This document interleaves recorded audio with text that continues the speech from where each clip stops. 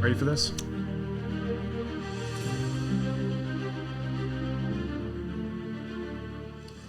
Hey everyone, this is Drew and Elijah. We're here on the Think Truth podcast, and today we're going to discuss revivalism and the interesting phenomenon in Asbury right now. So there's this, I would say, little-known college, at least to me, not necessarily small, but at least not necessarily talked about that much. Asbury College that has popped up in the recent news. You probably, mostly all of you have heard about it. And it's been fascinating thinking about it, working through what I think about a phenomenon like that.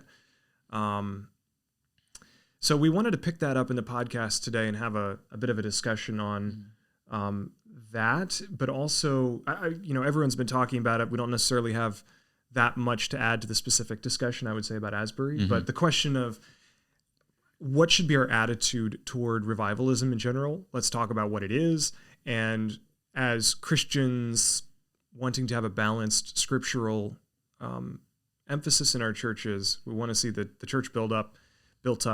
What is the correct approach to viewing these sorts of things? Right. So yeah, let's jump into that. Drew, what have you been thinking about on Asbury since hearing about it?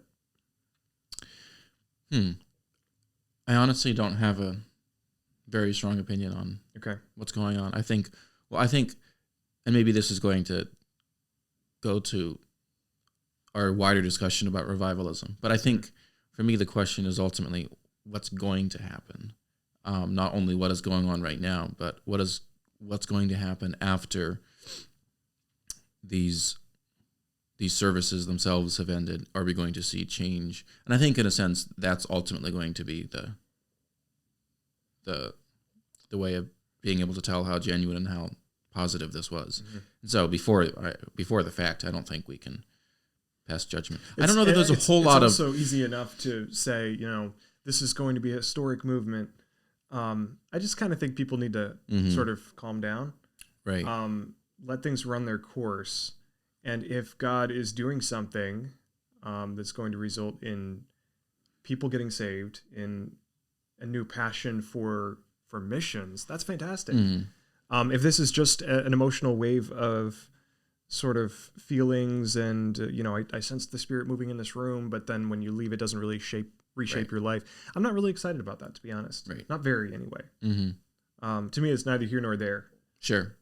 How do you view that? I guess the way I view it is like if you have a personal spiritual sort of encounter with Jesus, or you like realize some deeper sense of God's love or of your own need for Him, those are good things. Well, especially one's need for God. That's a really good thing. But it has really limited impact, doesn't it? If it's simply a personal spiritual kind of... Sure. Well, I think possibly, but I think almost the bigger thing I'd raise there is that I think there is a tendency, and I'm sure you probably experienced this at some point in your life, going to Bible school or some kind of a revival meeting or something, where you go to this place with other people who are responding to altar calls, who are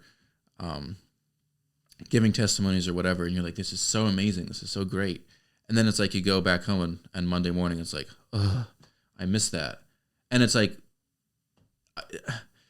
that's almost to me the bigger concern with in general. I'm not speaking necessarily specifically about Asbury here, but when events happen that are like that, then it kind of seems like there's limited utility to them. If it isn't actually something that, are you getting together and being convicted and recognizing things that help you to see ways you need to change in your life? And if so, praise God, and that's a fantastic thing. But if it's simply kind of this overall sense of something positive you feel when you're in the room that when you leave isn't there, then again, it's not necessarily a bad thing, but it's hard for me to get really excited about something that isn't going to actually be producing change in the long term. Yeah. Right. No, I remember I don't know what Bible schools you've been to, but I've been to some Bible schools that are, actually most of the Bible schools I've went to are more emotions driven and more charity. My church has always had more or less, charity churches have had more of a revivalist focus, fairly emotional and fairly focused on like getting people to a place where they're going to make a decision. Mm-hmm. So altar calls, which of course that's a fairly recent phenomenon, like maybe the 1800s, 1900s, Right. where that sort of thing came in. And, you know, it's sort of like in the 1920s, Billy Sunday had this walking the sawdust trail thing, right? And everyone was talking about it. And this is a big deal because they had sawdust to keep the noise down in the auditoriums. And if you walked the sawdust trail, it was making a decision. And a lot of people did make good decisions in their life to, one of his big things was anti-drunkenness. And so getting them to make decisions to, in his case, it was to never drink alcohol again. Some people said to, promise to not get drunk or whatever. But the point is, like, there were good decisions made, but ultimately it just it was a fad. I mean, let's be honest, it was a fad. Right. Mm-hmm. And I think the thing with altar calls too is it's not based on anything scriptural. It's not an ongoing, it's not something that needs to be something as a part of our church because it's a part of the gospel or anything. Right. And I think while it has some good aspects, the Bible schools that I've been to, I've just noticed, as you mentioned, that often what happens is I have an experience, I feel, or I don't have an experience. Sometimes that's even worse. Right. But you're in this atmosphere of like charged energy and feeling like, the Spirit is going to move and change my life somehow if I'm open. And in that atmosphere, there are people who get saved. There are people who decide like, I'm going to give everything to God. And that some of those moments can be really stakes in the ground to say, I'm following God completely. And I don't want to step on that at all. I think, that could be a great thing. However, for many of Christians who, really weren't dealing with major sin, God wasn't speaking to them very much about something in particular, but they felt like, I have to confess something so that I feel like I'm a part of this movement of God. Right. I've been in situations where I actually confess things more I confess things like pride and self-righteousness more out of pride and self-righteousness than anything else. Sure. Because I felt like I had to be a part of this. Yeah. And I don't think I'm the only person at all who's experienced that. In fact, I know I'm not because I hear other people talking about the same thing. So I think that's concerning if we feel like we have to sort of do certain things to get in a certain state of mind to be a part of a revival. And that's one of the problems, I think, with revivalism. So maybe let's jump from specifically Asbury. Of course, there's interesting things going there. Lots of people are talking about it. We'll let history decide. Right. But this broader question of what is revivalism? When we use the term revival, what are we talking about? And is this a positive phenomenon? Well, what is it? I guess we should maybe define what when revival says, or revivalism, or both. Well, what is revivalism? Just kind of often isms are just taking the initial concept and to a slightly more of an extreme and focusing on it more. Do you think that's the case here, where like revivalism is kind of more of a particularly focused concern or maybe even obsession with the concept of revival? Or is that not fair? Yeah, I think so. It's the idea that, so God chooses to work in many different ways at different times. And if I were to put a definition on revival, which there are different definitions, but I would say revival is a time when sort of more as a group, people gather together and confess sin and turn towards Jesus in a kind of radical new way. And there's this idea of group cohesiveness, like at other times maybe there's not, of like we're together for the gospel and for the church. And that can be very beautiful, but that doesn't mean that that's always the life of the church or should always be the life of the church. A lot of times it's much more granular and much more God working in individuals' lives and stuff. And so revivalism, I would say, if I were to put a definition on it, is that you're taking a certain experience, which God sometimes gives to people, and you feel like that's normative and that you should really be devastated when your church is not experiencing a certain emotional atmosphere. I think that's good. Yeah, and I can remember that kind of thing from hearing that kind of thing in my past too, kind of, God, like, why aren't you sending revival? Your people need revival. And like, again, like, I think there's part of that that's very positive. But I think whenever that starts to be connected too much to this concept of long emotional church services where people go home late, which honestly, is that a fair thing to say? Yeah, that's part of it. Yeah. Like it, like eventually these things need to be touching our lives and leading to change. And I think the thing is whether or not we see, let me try it from this angle instead. If we are individually proactively seeking God and encouraging other people to on a smaller level, that kind of thing is going to spark some degree of revival. If revival is seen simply as God reviving and helping his church come closer to him, and the more that's happening on an individual level within the church, the more it's going to affect the church as a whole. But I think what can happen is this kind of this more mystical sense to it, where it's like, well, we haven't experienced revival yet. It's almost like it's this binary thing where there hasn't been a revival, so we're going to feel frustrated that we haven't had revival.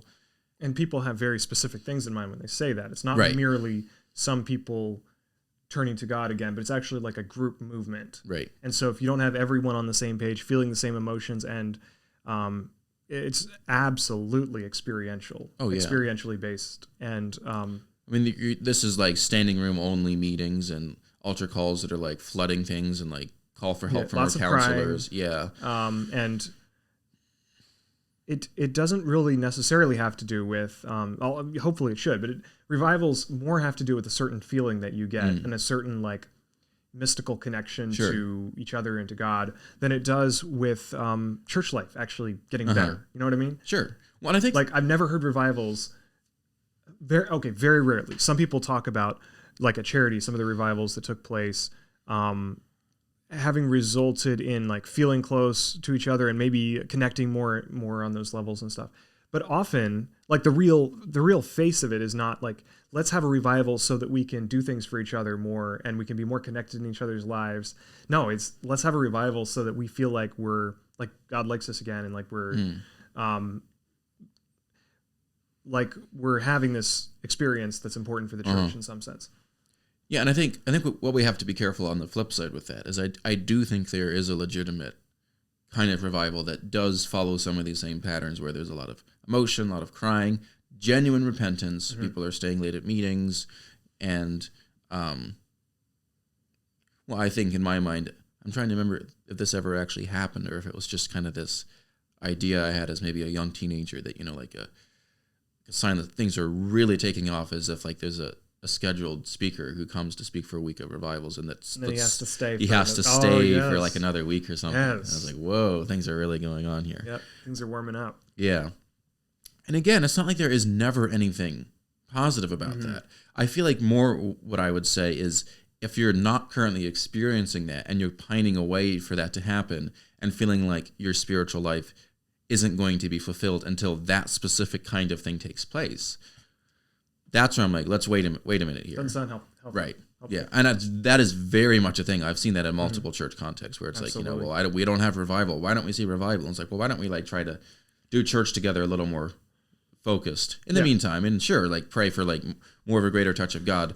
But I think there's also a tendency in it to see it, to make our role more passive than might be helpful. Because of course we need to rely on God's Spirit working in our lives to give us the grace we need to walk through things. No way suggesting we should try to go out on our own and do things. But there's also a sense where if as Christians we want to draw closer to God, we don't just need to like feel frustrated that we aren't having revival. Like there are things we can do, and we can take time to spend with God every day. We can take time and it doesn't need to be with everyone else. We can have our own prayer times. We can delve into the Word more. We can be more proactive with how we're reaching out to others. All kinds of things we can do without like having some kind of a big revival meeting. But if we have the idea that we will have the revival meeting and then I'm going to have the inspiration to really be more proactive in the church, I'm not sure that I don't think that there's much benefit to that kind of thinking. Yeah, and is it worth mentioning that revivals even are not once mentioned in Scripture? Now, I understand there are times like after Pentecost where like 5,000 people were added to the church, and maybe one could say, well, that was revival. Sure. So there's the phenomenon of God working in specific ways, or like Nineveh, or places in the Old Testament times, or Ezra, times when the people of God were suddenly struck with like, as a group of like, whoa, we need to change. Mm-hmm. So I'm not saying like this is not scriptural. Right. But when you think about what the apostles talked about and thought about and saw as church life, Mm-hmm. man, I just don't see Paul like getting excited about revivals. Do you? Well, yeah, like you think about the Corinthians, and when Paul writes his letter to them, he's not telling them to just to hope for revival and then it's going to take care of the sin in the church. He's telling them to very practically cast out this bad guy that's living this sexually detestable life. And 1 Corinthians 13, where it says, basically he's talking about spiritual experiences, and he says, yeah, I mean, it's great that you have your spiritual experiences, but remember that you could move mountains. If you don't have love, you're nothing. Remember that you could have prophetic experiences. If you don't have love, you're nothing. Right. Like some pretty strong comments about the point of the church is really love. Mm-hmm. And he talks about so often about thanking God for their faith and their love that flowed from that faith, which I think is significant. Yeah. He actually, in a lot of ways, tampers down, especially in Corinthians, which seems to be one of the only churches that was like super extra charismatic. Right. He's actually like, calm down, guys. Right. The real point of this whole Christian thing is having love, true Christian love in the church. Yeah.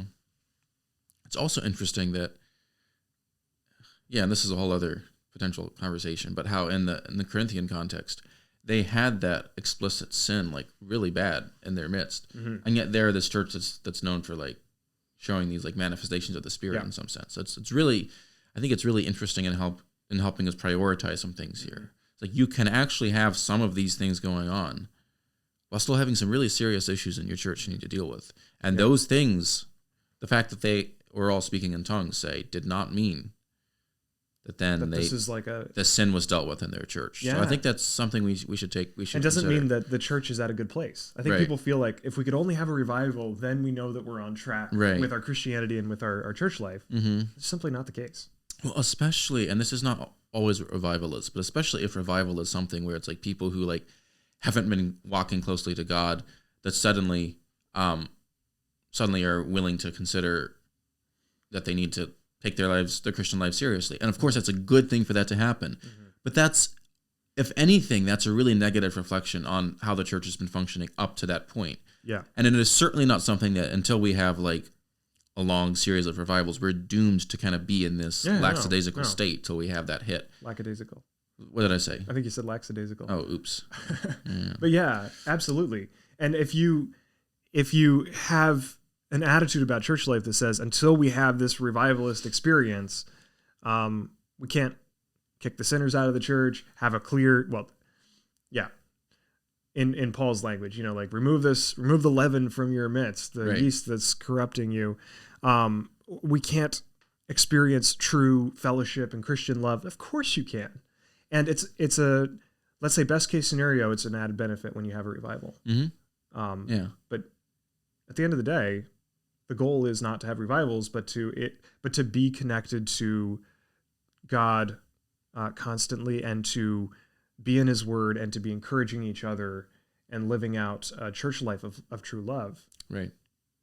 So I think that's something that I would just call us to really think about when we're getting excited about a revival happening in Asbury, and it's like, wow, this is another work of God. Okay. Remember that the only true reason to look back historically and say that this is significant is if this actually impacts the things that Christians have to care about, and the things we do care about, the things like caring about missions, like seeing people get saved in our communities around us. Simply having a spiritual experience in a group is not enough to be something really excited about. Right, that's true. So I guess that's some of our thoughts here as we're thinking about Asbury, and also about revivalism as it's been in varied forms in our churches. Yeah. All right. Well, see you next week.